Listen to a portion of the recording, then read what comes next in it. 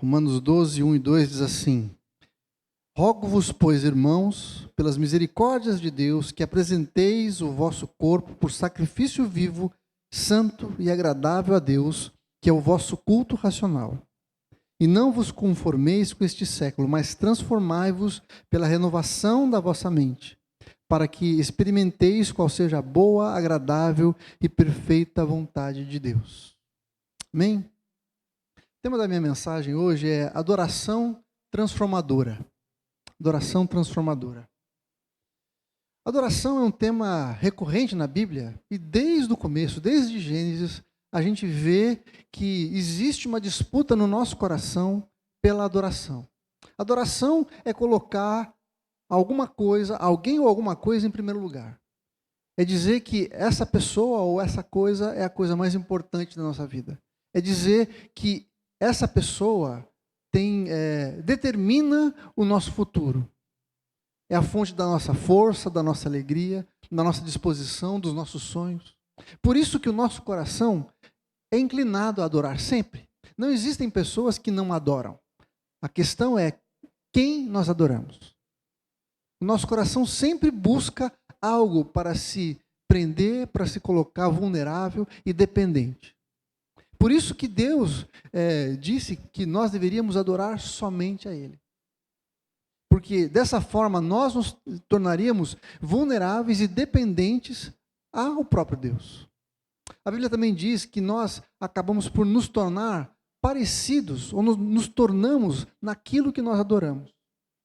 No Salmo 115 diz que aqueles que constroem os ídolos, que não andam, que não falam, que não cheiram, que não veem, que não ouvem, serão transformados naquilo que eles construíram, aquilo que eles adoram. Isso é uma verdade. Todos nós acabamos ficando parecidos com aquilo que prende o nosso amor, que detém a nossa adoração, que detém aquilo que nos dá alegria e segurança. Por isso a importância da gente adorar a pessoa certa. E não existe ninguém que seja digno de adoração como o nosso Deus. No texto de Romanos, Paulo fala que nós devemos apresentar os nossos corpos como sacrifício vivo, santo e agradável ao Senhor. E aqui fica muito claro, pelo contexto todo, e eu vou falar um pouquinho a respeito disso, que esse sacrifício é um ato de adoração. Toda vez que alguém oferecia um animal, um presente para um Deus ou uma entidade, ele estava adorando, estava reconhecendo o poder e a soberania daquele Deus, daquela entidade sobre a sua própria vida. E Paulo é muito cuidadoso em escrever, e a gente vai se deter em alguns detalhes do que Paulo está falando, para entender a profundidade do que ele está dizendo e da importância que existe na nossa adoração. Jesus, certa vez, teve um encontro com uma mulher, chamada a mulher samaritana, que estava num poço, né? E aquela mulher era uma mulher que era uma pessoa que era colocada à parte da sociedade. Ela não só era mulher, como era samaritana, ou seja, de um outro povo com quem os judeus não tinham relacionamento, e também todo o contexto, todos os estudiosos concordam que aquela mulher era uma mulher que tinha uma vida devassa. Jesus disse para ela que ela não tinha marido. Ele pediu para que ela trouxesse seu marido para aquela conversa, e ela disse que ela não tinha marido. E Jesus falou assim: é verdade, você não tem marido. Você está na quinta pessoa, mas esse que você está com você não é o seu marido. E ela tinha se encontrado com Jesus naquele poço na pior hora do dia, ao meio-dia, na hora sexta. Isso significa que aquela mulher estava evitando as outras pessoas. E a gente vê naquele diálogo uma transformação profunda naquela mulher, porque Jesus trata e vai no cerne da questão. E a gente vê no fim daquela conversa que, embora ela tenha ido num lugar, num momento que ninguém vai buscar água, porque era meio-dia, muito sol, e as pessoas não vão naquele horário, para evitar o contato com outras pessoas, aquela mulher deixa o cântaro que ela tinha levado, buscado água, e vai para a sua cidade proclamar o nome de Jesus como o Messias, como alguém que tinha encontrado de fato o Messias. Então a gente vê que nesse momento existe um relacionamento de adoração daquela mulher com Jesus que transforma a sua vida. E aqui, quando Paulo escreve para os romanos, ele começa dizendo: rogo-vos, pois, irmãos, que apresenteis os vossos corpos como sacrifício vivo, santo e agradável a Deus. A primeira coisa que ele diz é que ele roga aos romanos. Isso nos mostra que esse processo de adoração não é uma coisa natural. Ele precisou insistir, pedir para aqueles homens, à vista daquilo que Deus havia feito na vida deles através do Evangelho, né, apresentassem alguma coisa de volta para Deus, oferecessem a Deus algo que lhes custasse. Quando a gente fala em adoração e oferecer um sacrifício, a gente, como ocidentais do século XXI, não tem uma ideia clara do que Paulo estava falando. Mas quando ele fala para aquele povo lá, eles sabiam exatamente do que Paulo estava falando. Quando ele fala para apresentar os corpos deles como sacrifício vivo, a cabeça deles bugou. Porque, como assim, Paulo, sacrifício vivo? O sacrifício, por definição, é alguém que já morreu, é um animal que estava morto. E como é que Paulo está falando de um sacrifício vivo? O que Paulo está dizendo é o seguinte: um sacrifício foi morto por alguém, colocado no altar, deixado para queimar. Mas o nosso corpo, como um sacrifício vivo, é algo que é oferecido constantemente, voluntariamente diante de Deus. Não é simplesmente um ato isolado, mas é uma atitude de vida. Quando alguém oferecia um animal, ele colocava o animal ali, virava as costas e ia embora. Mas quando a gente oferece o nosso próprio corpo no altar de Deus, não dá para virar as costas e ir embora. A gente precisa continuar no altar, queimando, voluntariamente se colocando à disposição do Senhor. Quando você oferece algo para Deus, não tem volta. Quando alguém oferecia um sacrifício, ele não podia tirar aquele sacrifício do altar mais. O sacrifício permanecia ali até ser completamente queimado. E a ideia que Paulo está trazendo para aquelas pessoas é exatamente essa. É que as nossas vidas precisam estar no altar do Senhor, completamente queimadas e usadas para a glória dele. Paulo também fala assim: rogo-vos, pois. Essa palavrinha, pois, tem um peso muito grande. Ela fala alguma coisa muito importante para nós. Ele está falando o seguinte: olha, Paulo aqui está no 12º capítulo de Romanos. Está mais da metade da sua carta. Ele está falando o seguinte: olha, em vista de tudo que eu já falei para vocês, nos capítulos anteriores, eu estou pedindo para vocês pensarem naquilo que Jesus fez na história do Evangelho, e por causa daquilo que Jesus fez por vocês, ofereçam as vossas vidas, os vossos corpos como sacrifício vivo, santo e agradável a Deus. Isso quer dizer que a nossa adoração é uma resposta àquilo que o Senhor fez na nossa vida. Nos primeiros capítulos, Paulo fala a respeito do pecado que contaminou toda a humanidade, fala da maneira providencial que Deus executou a justiça para conosco através da vida de Jesus, fala da sua graça que nos alcançou imerecidamente, fala do fato de que nós fomos feitos pessoas que foram aproximadas de Deus novamente por causa do sangue de Jesus, fala a respeito da presença de Jesus, que nada pode nos separar do amor de Deus. E ele termina dizendo assim: olha, por causa de tudo isso que eu já falei para vocês, eu estou pedindo para vocês, apresentem os corpos de vocês como um sacrifício vivo, santo e agradável. A nossa adoração, então, é algo que é uma resposta àquilo que Deus já fez por nós. Eu já falei isso algumas vezes aqui e eu quero repetir porque é um conceito muito importante. Nós não adoramos a Deus para conseguir algo de Deus.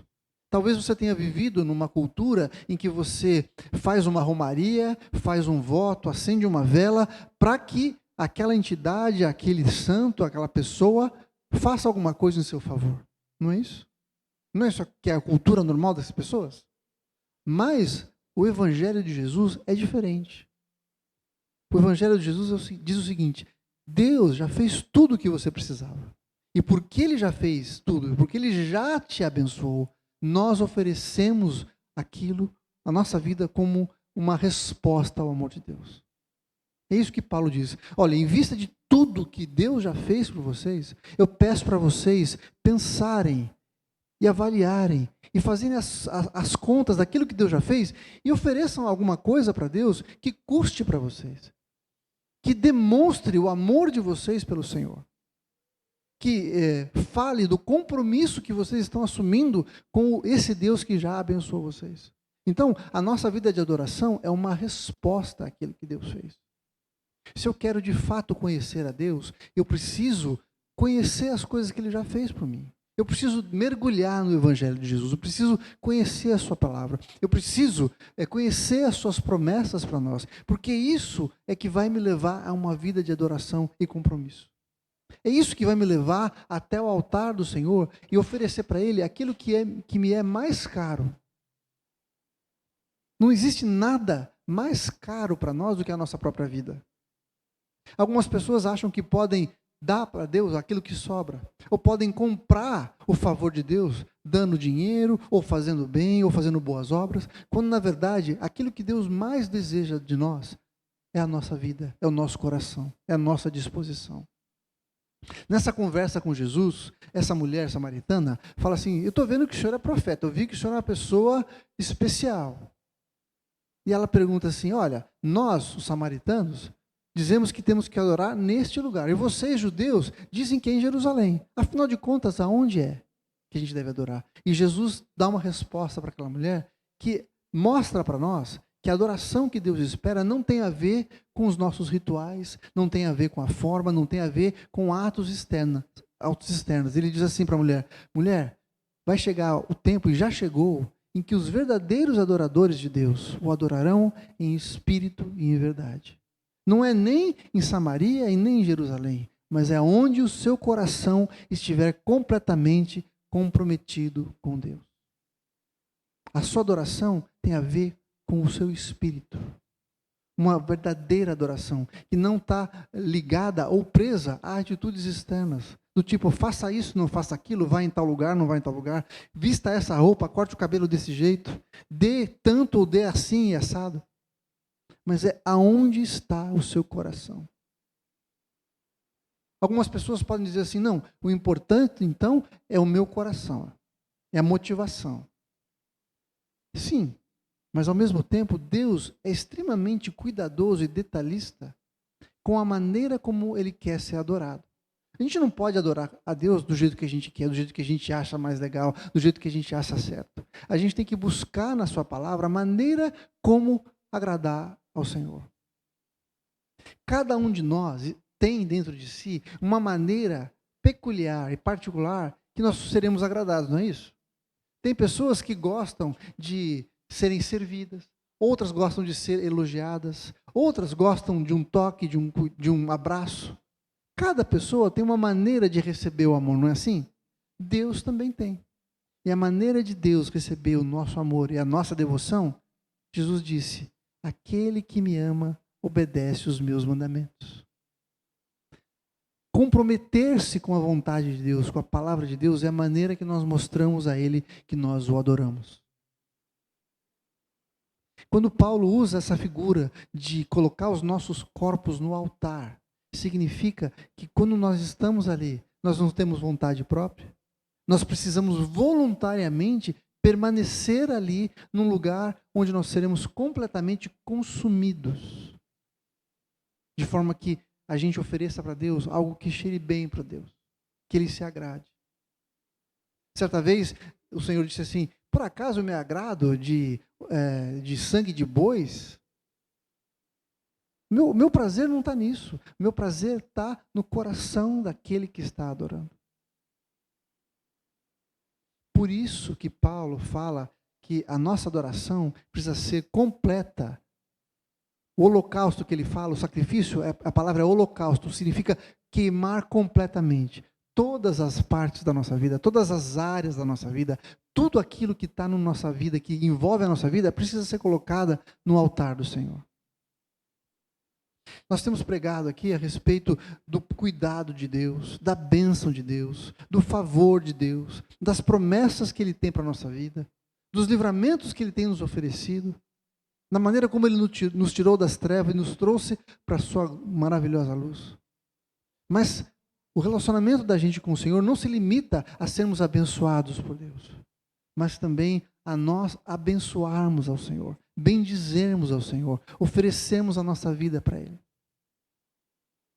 Uma adoração transformadora, uma adoração que transforma a nossa vida, é uma adoração que permite que a nossa vida seja completamente colocada no altar do Senhor, oferecida a Ele, para Ele usar a nossa vida como Ele quiser.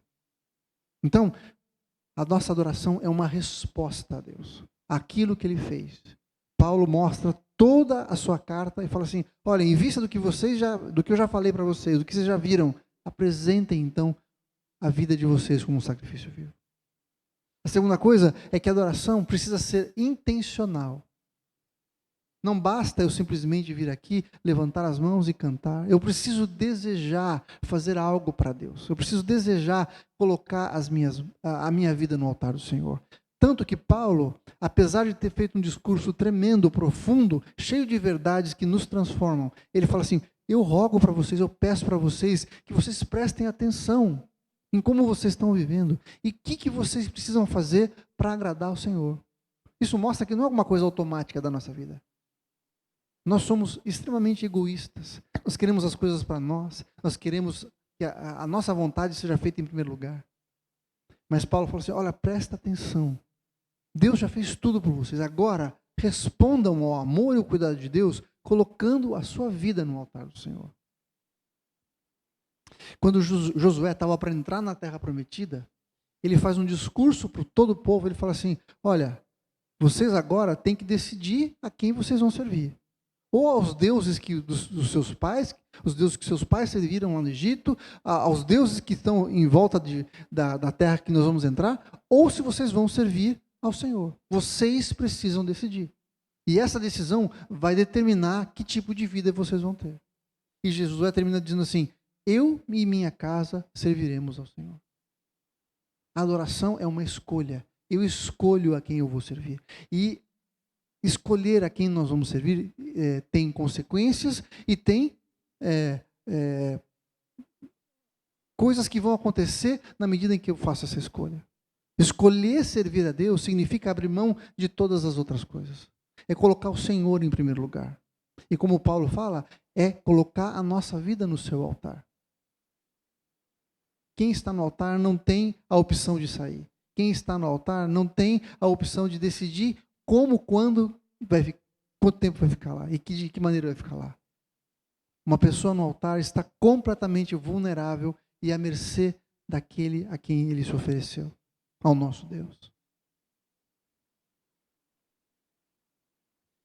Estar no altar também mostra que a nossa adoração não está limitada a um ato, mas uma maneira de viver. Se é um sacrifício vivo, ele continua no altar a sua vida inteira. Colocarmos a nossa vida no altar significa que todos os dias é como se eu subisse naquele altar e falasse: Deus, estou aqui novamente. Eu ofereço a minha vida. Eu ofereço aquilo que agrada ao Senhor. Eu ofereço os meus planos, os meus desejos, as minhas vontades. Eu abro mão daquilo que é bom para mim, para que seja bom para o Senhor. Então, a nossa vida passa a ser uma maneira, a nossa adoração passa a ser uma maneira como a gente vive. Uma maneira como eu enxergo o mundo. Como eu guio e determino os meus passos nessa vida. O tipo de carreira que eu vou seguir, o tipo de casamento que eu vou ter, o tipo de educação que eu dou para os meus filhos, a maneira como eu me relaciono com as pessoas que estão ao meu redor, as decisões de prioridade que eu faço todos os dias. Cada dia, cada decisão é um ato de adoração. É um ato contínuo de adoração. É uma maneira de viver. E isso transforma os meus desejos, transforma as minhas prioridades, transforma aquilo que eu vou fazer com a minha vida. A adoração nos transforma, nos leva a outros lugares. Muda o nosso caráter. Muda a maneira como a gente se relaciona com as pessoas. O Senhor nos chama a termos um relacionamento com Ele diário, de intimidade, de buscá-lo, de entender a sua vontade. Paulo fala: em vista do que eu falei, ofereçam os vossos corpos. Eu preciso saber o que a Bíblia fala a meu respeito. Qual é a resposta que eu vou dar ao Senhor, em vista de tudo que Ele já fez por mim? Pelos livramentos que Ele me deu, a maneira como Ele me amou, a maneira como Ele me livrou dos traumas que eu tive, que eu vivi, dos fracassos pelos quais eu passei, a maneira como Ele me levantou, as segundas chances que o Senhor deu para a minha vida, o lugar de onde Ele me tirou, as portas que Ele tem aberto para mim todos os dias, a sua graça, a sua misericórdia, o seu cuidado com a minha vida. Eu tenho certeza que se eu perguntasse para vocês aqui, o que Deus tem feito, todos aqui teriam muitas coisas para falar a respeito do Senhor, dos seus livramentos, das suas bênçãos, da maneira como Ele tem cuidado da nossa vida todos os dias. E qual tem sido a nossa resposta a cada uma dessas coisas que o Senhor tem feito? A gente está aqui para louvar a Deus, para agradecer a Deus, ou de uma maneira egoísta para buscar algo mais, sem oferecer nada em troca ao Senhor. O Senhor tem muito para nos dar. Aliás, Ele tem tudo aquilo que nós precisamos. Aliás, Ele já nos deu em Cristo Jesus tudo aquilo que nós precisávamos para que vivêssemos uma vida plena, perfeita e agradável ao Senhor. Mas Paulo continua dizendo assim, não só ofereçam as vossas vidas, os vossos corpos, mas também transformai-vos, não vos acomodeis, não vos conformeis com este século, mas transformai-vos pela renovação da vossa mente. Uma vida com Deus não tem a ver simplesmente com um monte de coisas que eu vou fazer, mas é um monte de coisas que eu quero que estejam formadas em mim. Conformar-se com este mundo não significa falar assim, eu não me conformo com essa justiça que tem hoje, eu não me conformo com esse governo, eu não me conformo com a maldade do mundo. Não é isso. É não tomar a forma é não começar a agir do mesmo jeito que todo mundo age. É não achar que as coisas que estão acontecendo são normais e que eu posso agir da mesma maneira. Não é porque todo mundo faz que eu vou fazer também. É isso que o apóstolo está falando. Para a gente não tomar a forma do mundo, não nos tornarmos parecidos com o mundo, mas sermos transformados, termos a nossa mente transformada. Ficarmos cada dia mais parecidos com Jesus. De modo que quando as pessoas vejam as nossas atitudes, elas glorifiquem a Deus por verem que nós somos pessoas diferentes. Não melhores, mas pessoas que foram tocadas pelo poder transformador do Evangelho.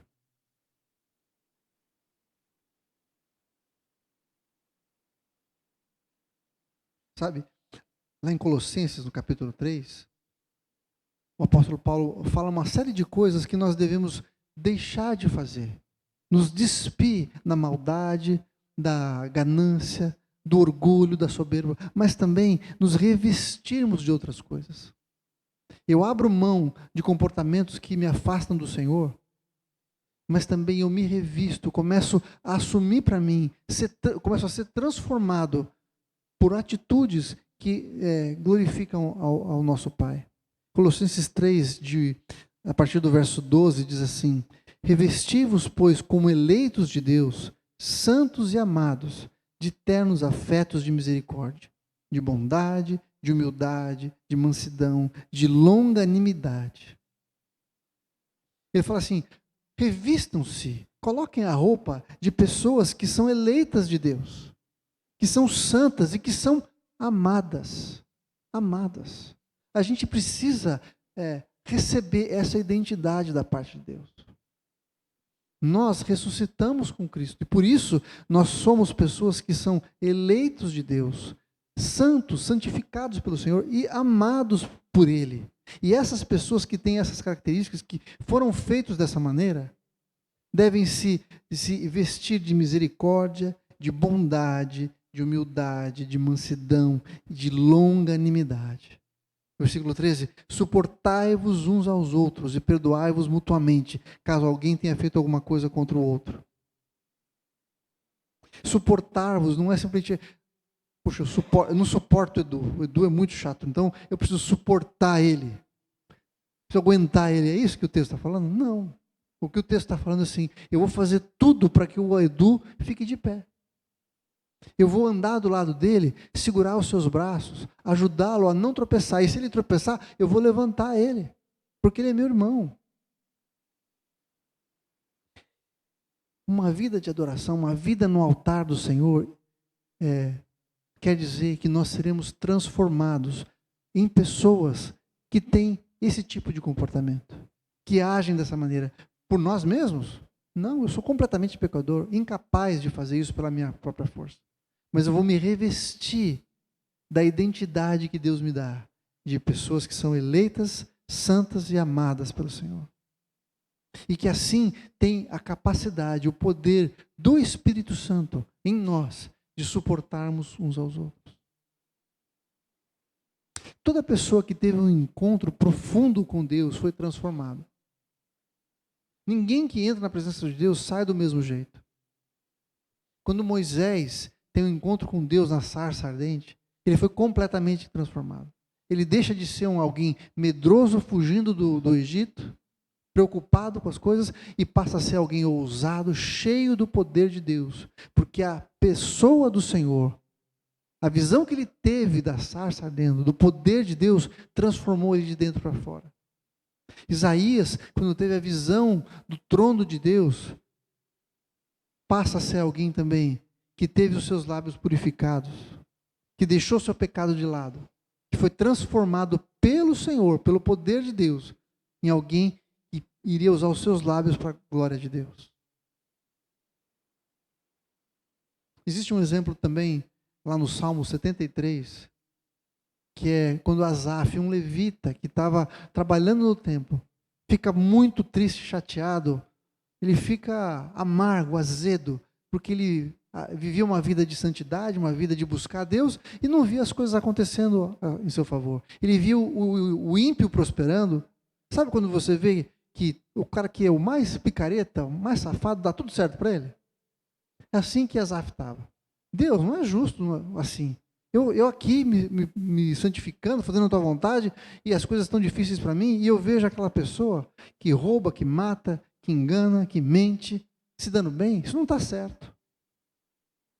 E no meio do Salmo 73, diz assim que Asaf entrou no santuário do Senhor, e lá ele foi transformado.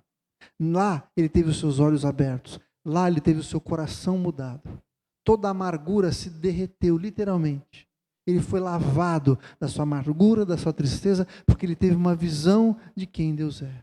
A adoração é a ferramenta que Deus usa para mostrar quem Ele é. Quando nós vemos quem é o Senhor, o nosso coração se transforma. Quando a gente vê e contempla a sua glória, a sua majestade, o seu poder e o seu amor por nós, o nosso coração começa a ser transformado pelo Senhor. Todo medo vai embora, toda preocupação com o futuro vai embora, todo sentimento de incapacidade vai embora, porque eu vejo aquele que é o Todo-Poderoso, aquele que tem nas suas mãos as chaves do inferno. Eu quero terminar essa palavra pedindo para você abrir a sua Bíblia em Apocalipse, capítulo 1. Apocalipse, capítulo 1.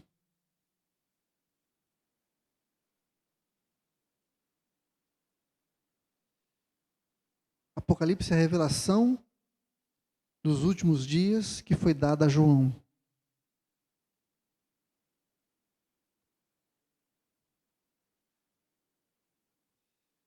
Quero ler com você aqui.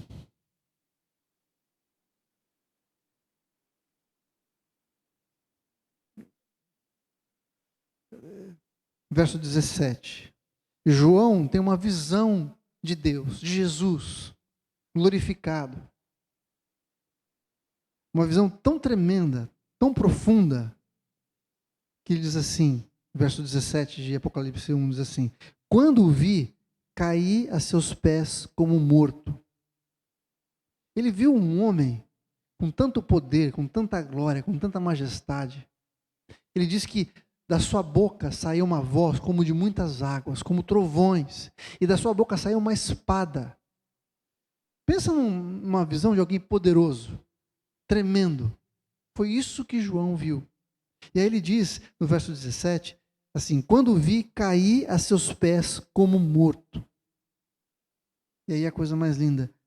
Porém, ele pôs a mão sobre a sua mão direita, dizendo, sobre mim, dizendo: não temas, eu sou o primeiro e o último. Aquele que vive, estive morto, mas eis que estou vivo pelos séculos dos séculos, e tenho as chaves da morte e do inferno. A adoração nos faz nos prostrarmos diante do Senhor e ter uma visão de quem Ele é. Esse Jesus falou para João assim: não precisa ter medo, sou eu, João. Eu fui morto, mas estou vivo hoje. Eu sou o primeiro e o último. Nada aconteceu antes de mim e nada vai acontecer depois de mim. Eu conheço toda a história.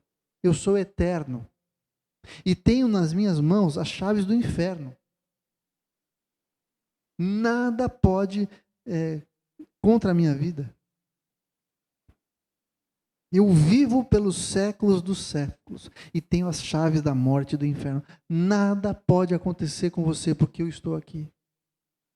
Jesus põe a mão sobre João, a mão direita, a mão da força, a mão da autoridade sobre ele e fala assim: não temas. Esse lugar onde não há medo, onde há o consolo do Senhor, é o lugar da adoração. Quando nós nos prostramos diante do Senhor, quando nós nos oferecemos diante do Senhor, Ele nos toma para si como sacrifício. E ninguém pode nos tirar desse lugar.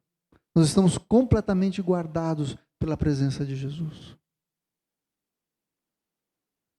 Se a gente está com medo, se a gente está se sentindo incapaz, se a gente está se sentindo amargo, triste, infeliz, preocupado, qual é a nossa resposta? O que a gente precisa fazer para sair dessa posição?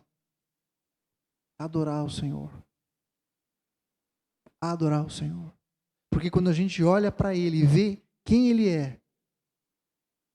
João andou com Jesus durante 3 anos.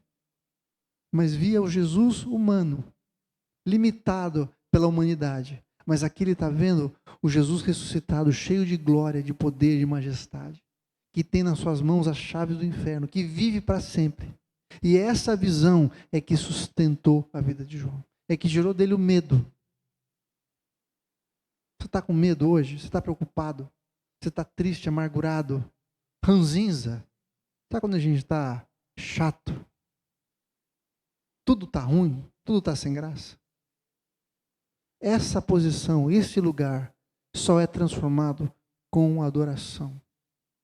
Não é você trocar de emprego, não é você trocar de marido, de esposa, não é você ganhar na loteria, nada vai trazer a alegria e a segurança que a gente precisa, a não ser a presença de Jesus. E esse lugar chama-se adoração. O lugar de adoração é onde nós encontramos com o Deus Todo-Poderoso que nos ama, que cuida de nós, que nos sustenta, que nos guarda e que nos transforma. Existe transformação para a nossa vida enquanto adoramos. Neste lugar de adoração existe transformação. Deus desfaz o medo, desfaz a tristeza, desfaz a amargura, desfaz tudo aquilo que nos segura, que nos prende, que nos abate. Nós precisamos aprender a entrar neste lugar de adoração. E entrar nesse lugar de adoração significa abrir mão daquilo que nos prende. As nossas prioridades precisam estar no Senhor. Nós precisamos responder o seu amor com a entrega da nossa vida. Como eu falei, não existe nada mais importante que nós tenhamos que a nossa vida. E é isso que o Senhor quer, a nossa vida. Ele quer a nossa adoração, o nosso coração, não só de lábios, não só de atitudes corriqueiras do dia a dia. Não tem a ver com vir na igreja, não tem a ver com dar o dízimo, não tem a ver com fazer boas obras, tem a ver com um coração que deseja agradar ao Senhor de verdade. E esse coração que deseja agradar a Deus, abre mão daqueles pecados de estimação, daquelas coisas que ofendem a Deus, que ferem o coração de Deus. Eu não quero mais fazer aquilo que entristece o meu Deus. Eu quero fazer aquilo que o agrada. E para isso eu coloco a minha vida no altar do Senhor, para glorificar a sua vida. E aí Ele vai se revelar para nós como aquele que é, que era e que há de vir. Aquele que não muda, aquele que é o Todo-Poderoso. Aquele onde tem a alegria eternamente. Tem bondade, tem graça, tem misericórdia. É isso que o Senhor tem para a sua vida hoje, nessa manhã.